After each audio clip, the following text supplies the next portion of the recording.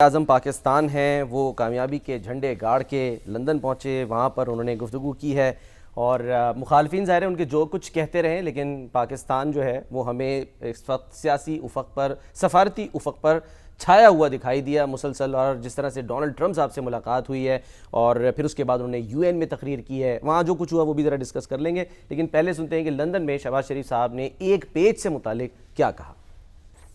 शामी साहब, जो दौरा रहा उसमें ठीक है, बीच में कुछ ऐसी बातें आई, वो पाकिस्तान कहते हैं ना, पाकिस्तान ने अपने हिस्से की शमा जला दी वहाँ पे, लेकिन शमा जनेजा जो हैं, हाँ अच्छा, वो जो मैडम वहाँ थी एक अच्छी दानिशवर खातून है और उनके हवाले से सवाल पैदा हुआ क्योंकि एक ज़माने में जब अब्राहम अकॉर्ड हुआ तो वो इसराइल को तस्लीम करने के हक़ में ठीक थी और उन्होंने कोई ट्वीट भी कर रखे थे उस वक्त के।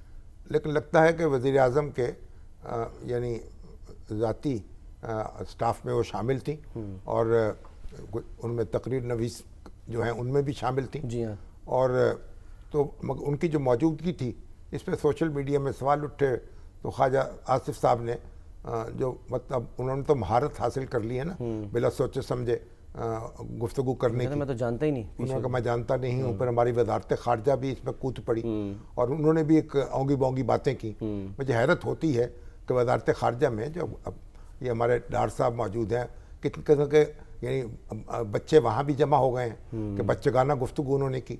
अच्छी तरह जांच पड़ताल कर लेनी चाहिए थी भाई।